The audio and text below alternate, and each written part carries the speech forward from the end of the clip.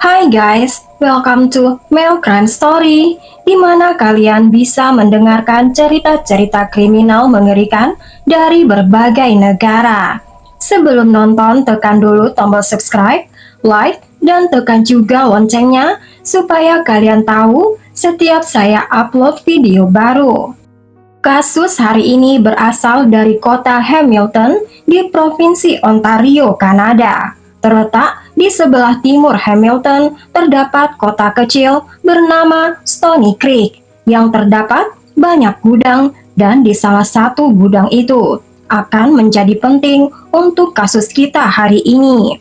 Karena pada tanggal 28 Februari 2021 terjadi keributan maut di sini.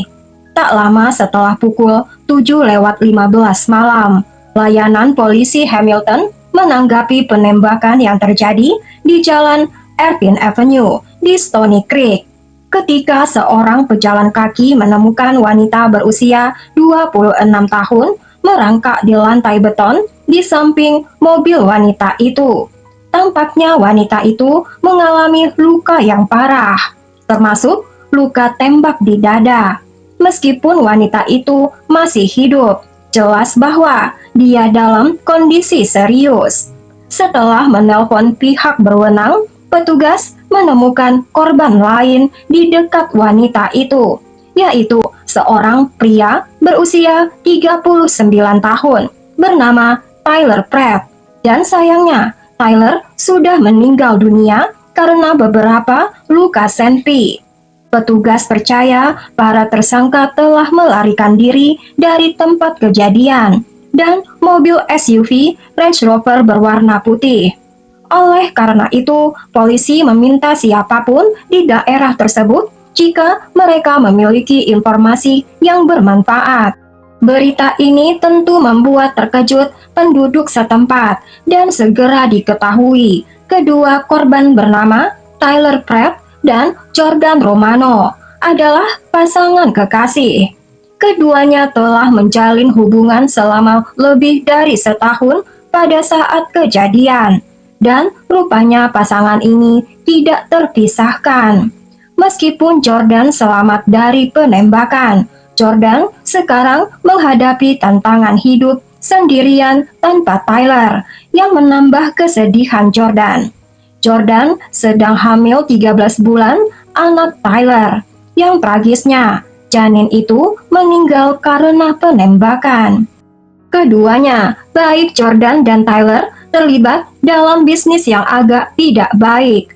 Keduanya berusaha mendapatkan uang yang lebih baik untuk anak mereka yang akan lahir.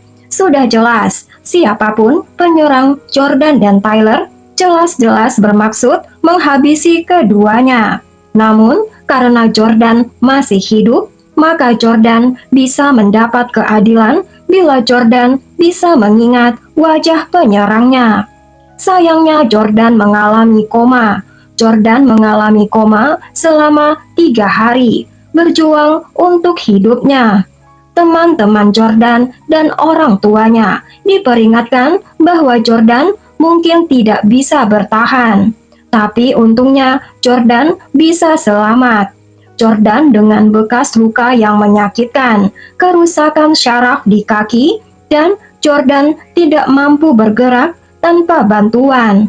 Untungnya Jordan terbangun dengan ingatan penuh tentang apa yang terjadi. Ternyata Jordan bahkan tahu siapa pembunuhnya. 2 orang yang menembak Tyler dan Jordan sebenarnya adalah rekan bisnis mereka yang telah Tyler pinjami uang untuk membantu rekannya itu menjalankan bisnis.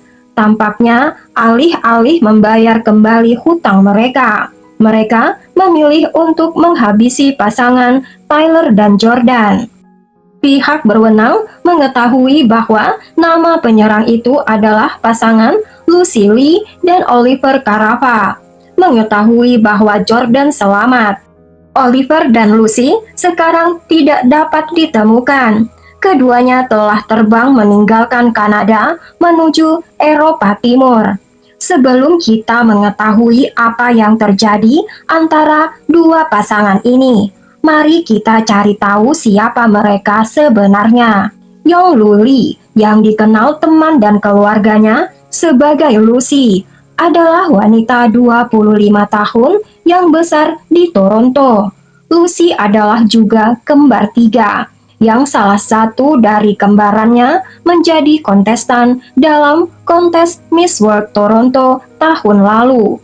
Mereka dikenal sebagai kembar tiga Mia. Mereka mempunyai sangat banyak foto online bersama, di mana Lucy, Chen, dan Kaylin sering berpose dengan pakaian renang dan mereka memberikan tanya jawab kepada banyak penggemarnya. Lucy memiliki gaya hidup yang nyaman dan dirawat oleh ibunya dan dua saudara perempuannya. Lucy sangat kaya raya, sedangkan Oliver Carafa tidak banyak yang bisa diceritakan tentang dia.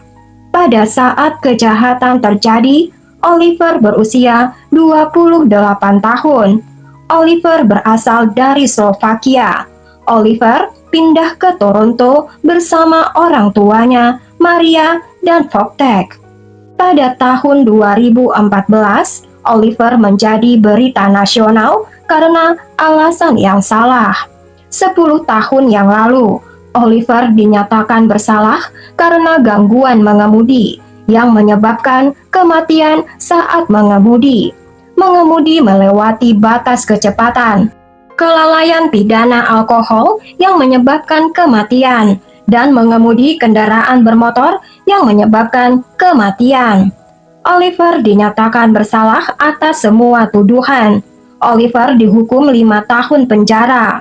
Kecelakaan itu terjadi pada bulan April 2012, di mana Oliver mabuk di belakang kemudi, dan dia mengemudi melebihi 3 kali batas kecepatan. Sebagai akibatnya, Oliver menabrakkan mobilnya yang menyebabkan temannya yang menjadi penumpang, David Cheng, berusia 19 tahun, terlempar melalui kaca depan. Dan dengan tragis, David meninggal dunia di tempat kejadian. 5 tahun kemudian setelah dilepaskan dari penjara, Oliver Carafa bertemu Lucy. Dan Lucy berpikir Oliver pantas menjadi kekasihnya. Walaupun kita tidak sepenuhnya tahu, Oliver adalah pengusaha bisnis gelap dengan beberapa skema kriminal, dan termasuk pencurian, menghapus tanda pada mobil, dan penjualan mobil curian. Selama pandemi, Oliver ingin memulai bisnis baru di Eropa, berspesialisasi dalam alat perlindungan diri. Namun, ada satu masalah di sini. Oliver tidak punya uang, dan dari situlah Tyler masuk. Di sisi lain, Tyler punya banyak uang, dan sebagian uang itu Tyler peroleh dari kegiatan ilegal. Tyler menjual zat terlarang karena bayinya akan lahir. Tyler bercita-cita menjadi pengusaha yang lebih sah dan jauh dari segala kegiatan negatif, sehingga Tyler mulai meminjamkan uangnya. Kemudian setelah bertemu melalui teman bersama, Tyler menginvestasikan sebesar $500,000 ke dalam bisnis Oliver. Tyler adalah ayah dari 3 anak yang semuanya berusia di bawah 18 tahun. Tyler digambarkan sebagai ayah yang baik. Tyler lulus dari Akademi Katolik Saint Anne yang sangat menyukai tim hoki Montreal, Kanada. Keluarga dan teman Tyler menggambarkan Tyler sebagai orang yang terus-menerus terdorong untuk menjadi yang terbaik. Tyler meluncurkan perusahaan berlian bernama Hard as Diamond. Kemudian, Tyler meluncurkan perusahaan suplemen penurun berat badan dan kesehatan bernama Elite Nutrisi Organik. Selain bisnis obat terlarang, Tyler sedang mengerjakan aplikasi seluler pada saat kematiannya. Alasan utama mengapa Tyler dan Jordan pindah ke Ontario sebenarnya adalah untuk memulai bisnis yang lebih sah atau legal, karena Tyler sudah muak dengan dunia korup. Setelah saling diperkenalkan, Tyler dan Oliver mulai berbincang. Setelah beberapa bulan kemudian, mereka menjadi teman baik dan rekan bisnis. Rupanya mereka telah bertemu lebih dari 100 kali selama investasi Tyler. Dan selama minggu-minggu ini, Oliver dan Lucy telah dimanjakan oleh Tyler dengan banyak hadiah, termasuk jam tangan mewah. Meskipun Jordan dan Tyler percaya bisnis mereka telah berjalan baik, kenyataannya bisnis tersebut mengalami kegagalan yang cukup parah. Namun Oliver akan melakukan apapun yang Oliver bisa untuk mengelabui Tyler dan Jordan. Setelah Oliver menunjukkan kepada Tyler dan Jordan gambar di ponsel yang menggambarkan uang 12 juta dolar di rekening Bank Oliver. Selama urusan bisnis, keempat orang ini tidak pernah menandatangani kontrak. Tapi Oliver terus berjanji membayar hutang meskipun janji itu tidak terwujud. Oliver mulai menunda pembayaran uangnya. Oliver mengatakan pada Tyler bahwa Oliver harus melakukan perjalanan ke Praha dan membuka rekening Bank Eropa untuk mengakses keuntungan yang lebih baik. Karena tampaknya transfer kawat ke Kanada akan dikenakan pajak besar. Namun karena ini terjadi pada tahun 2021, hal itu menjadi tertunda tanpa ada batas waktu karena adanya pembatasan akibat pandemi COVID-19. Faktanya adalah Tyler bukanlah orang yang berbahaya. Tyler tidak pernah mengancam Oliver atas uang yang Tyler pinjamkan. Tetapi Oliver dan Lucy mulai merasa tertekan. Alih-alih mengatasi situasi tersebut dengan melipat gandakan pinjaman kepada Tyler, dan mereka membuat rencana untuk menghabisi Tyler dan pacarnya Jordan. Rencana pembunuhannya adalah Oliver awalnya memancing Tyler dan Jordan dengan mengatakan akan lebih mudah mentransfer uang dari bisnisnya ke Eropa melalui polis asuransi jiwa, yang tentu saja dapat diatur melalui Ibu Lucy yang kaya raya. Lucy dan Oliver kemudian membujuk Tyler dan Jordan ke sebuah gudang terpencil di Stony Creek dan mengklaim bahwa itu adalah tempat yang tepat bagi mereka untuk mengembangkan bisnis mereka menjadi menanam tumbuhan zat terlarang. Oliver membual bahwa dia memiliki beberapa izin medis dan gudang itu akan menjadi tempat yang tepat melakukan bisnis itu. Ternyata Ibu Lucy adalah pemilik gudang itu, sehingga tidak akan ada orang yang mencurigai apapun. Faktanya, Oliver ingin Tyler berada di lokasi terpencil, sehingga Oliver bisa menghabisi Tyler dan Jordan. Oliver kemudian meminjam senpi dari seorang teman dan meminta temannya itu untuk tinggal di apartemen Lucy dengan kedua SIM card ponsel Oliver dan Lucy. Oliver juga menyuruh temannya ini untuk rutin menggunakan SIM card Oliver dan Lucy, supaya terlihat seolah-olah Oliver dan Lucy masih berada di apartemen mereka. Temannya itu tidak tahu kalau pasangan Oliver dan Lucy ini ingin menghabisi seseorang. Yang mereka tahu hanyalah Oliver dan Lucy mendapatkan penawaran misi yang sangat rahasia. Oliver juga telah mengatur untuk menjual mobil SUV Audi-nya dan mobil Land Rover putih milik Tyler setelah pembunuhan dengan harga $4.000 untuk masing-masing mobil.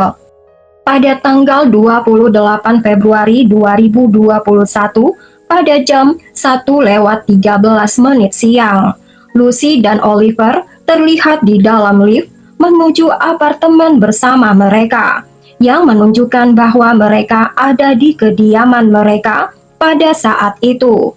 2 jam kemudian, pada jam 3:33 siang, Lucy terlihat meninggalkan apartemennya dengan pakaian kamuflase, kerudung, dan wig palsu. Meskipun Lucy sudah berusaha menyamar, itu jelas sekali adalah Lucy. Meskipun Oliver tidak hadir pada saat itu, kemungkinan Oliver menggunakan tangga.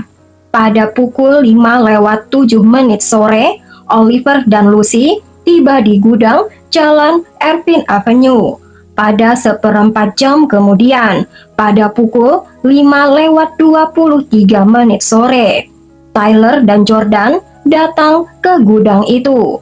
Saat itu Tyler dan Jordan diinstruksikan untuk berhenti di bagian belakang properti. Tapi bisa kita lihat di sini, gudang itu terkunci dan tidak ada orang di sana yang menyambut mereka. Menjadi jelas bagi Tyler dan Jordan ada sesuatu yang tidak beres. Sementara Jordan tetap di dalam mobil, Tyler melangkah keluar mobil dan menyapa Oliver dan Lucy. Mereka bertiga mencoba masuk ke dalam gudang, tapi karena gudang itu terkunci, mereka tidak bisa masuk.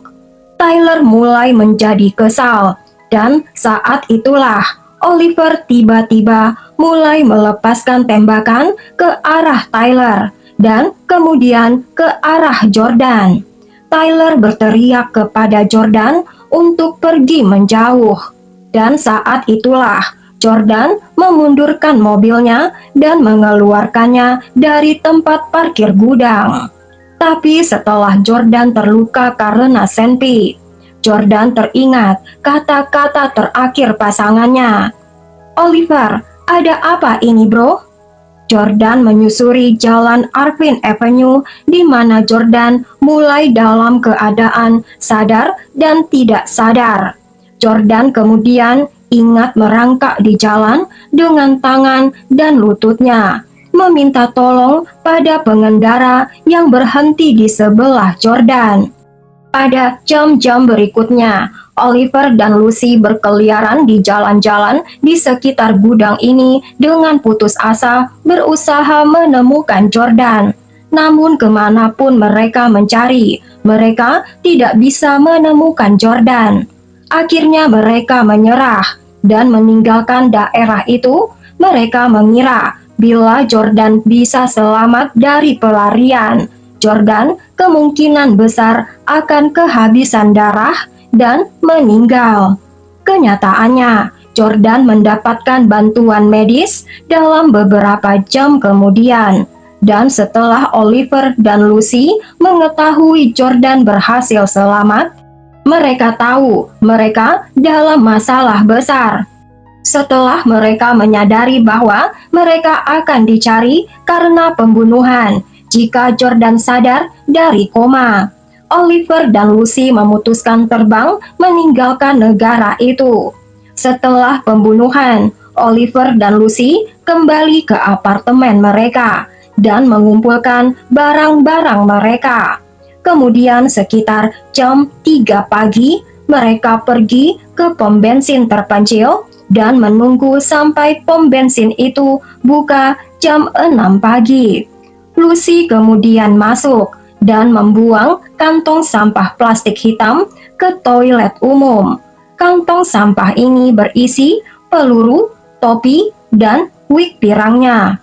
Kemudian mereka membuang mobil mereka sebelum kemudian memanggil taksi.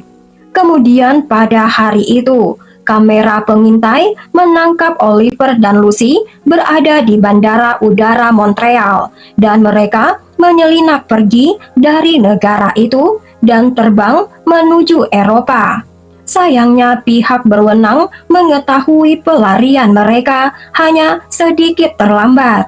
Oliver dan Lucy telah terbang ke Frankfurt, Jerman, sebelum kemudian mengemudi ke negara asal Oliver, Slovakia, di mana mereka kembali ke rumah orang tua Oliver.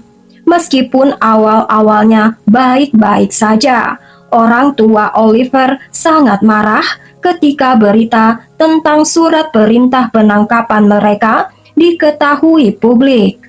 Orang tua Oliver meminta Oliver dan Lucy untuk segera meninggalkan rumah, tapi itu terjadi dengan bantuan ayah Oliver yang mengirim mereka ke rumah aman di Hongaria. Di sanalah Oliver dan Lucy bersembunyi selama beberapa minggu, dilindungi oleh kenalan ayahnya. Selama 7 minggu mereka bersembunyi, tetapi setelah mengetahui bahwa surat perintah penangkapan mereka telah dicabut, Oliver dan Lucy memutuskan untuk keluar dari persembunyian dan melakukan perjalanan ke Budapest. Tidak lama kemudian, pasangan ini ditangkap ketika mencoba mendapatkan paspor Kanada palsu. Setelah penangkapan mereka, Oliver dan Lucy dipisahkan ke dalam sel penjara mereka masing-masing dan diberi pengacara. Setelah 3,5 bulan mereka melarikan diri bersama dan melalui banyak rintangan, kesetiaan Lucy mulai menguap. Oliver menekan Lucy untuk menolak diekstradisi dan mengklaim akan lebih aman di Slovakia daripada di Kanada. Tapi tanpa sepengetahuan Oliver, Lucy sudah membuat kesepakatan dengan pengacaranya.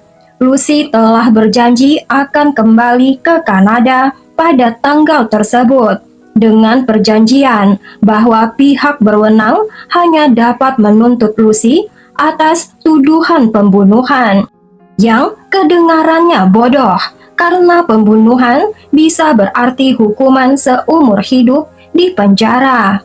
Jadi mengapa Lucy menghindari hukuman yang lebih ringan? Oliver sangat marah dengan keputusan Lucy, karena Oliver juga akan dikirim ke Kanada hanya tanpa ada perjanjian seperti Lucy.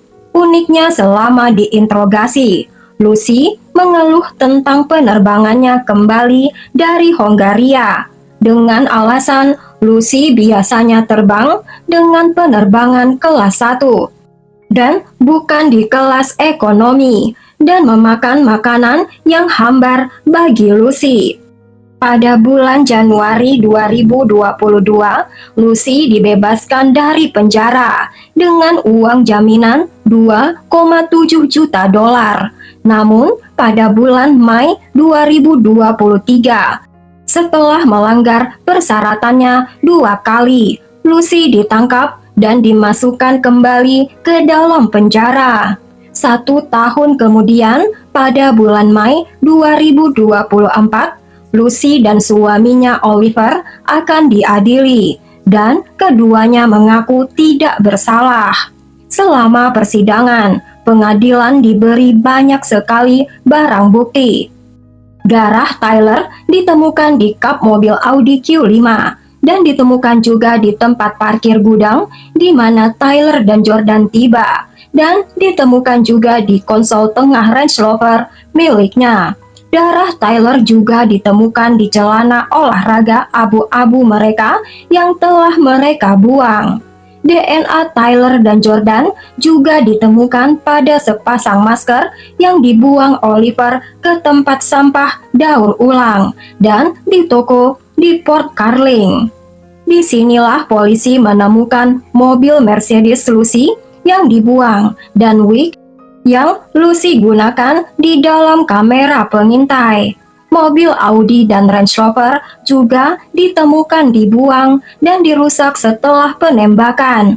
Meskipun Oliver awalnya berencana menjualnya dengan harga diskon, mereka kehabisan waktu ketika Oliver dan Lucy terbang ke luar negeri.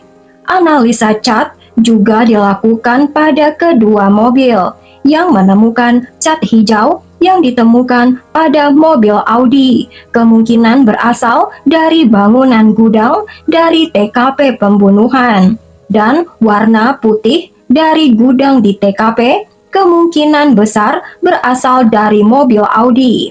Ahli patologi juga bersaksi bahwa Tyler tidak langsung meninggal. Ini memerlukan waktu 2 menit hingga 2 jam sebelum Tyler meninggal. Terdapat 6 luka senpi di tubuh Tyler, dan luka yang fatal berada di dada mengenai paru-paru sampai ke punggung. Yang mengejutkan, pengacara Lucy mengatakan Lucy tidak mengetahui niat jahat Oliver. Lucy mengatakan di persidangan bahwa Lucy ada di sisi lain gudang ketika penembakan terjadi. Lucy mengatakan Lucy mau naik penerbangan ke Eropa karena Oliver mengatakan hidup mereka dalam bahaya dan bahwa geng Tyler mengejar mereka.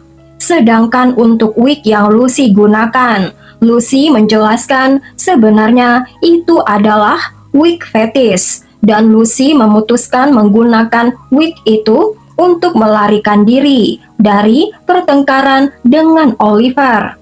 Jordan tidak setuju dengan cerita Lucy itu, dan Jordan mengatakan Lucy berada lebih dekat ketika pacar Lucy melakukan penembakan.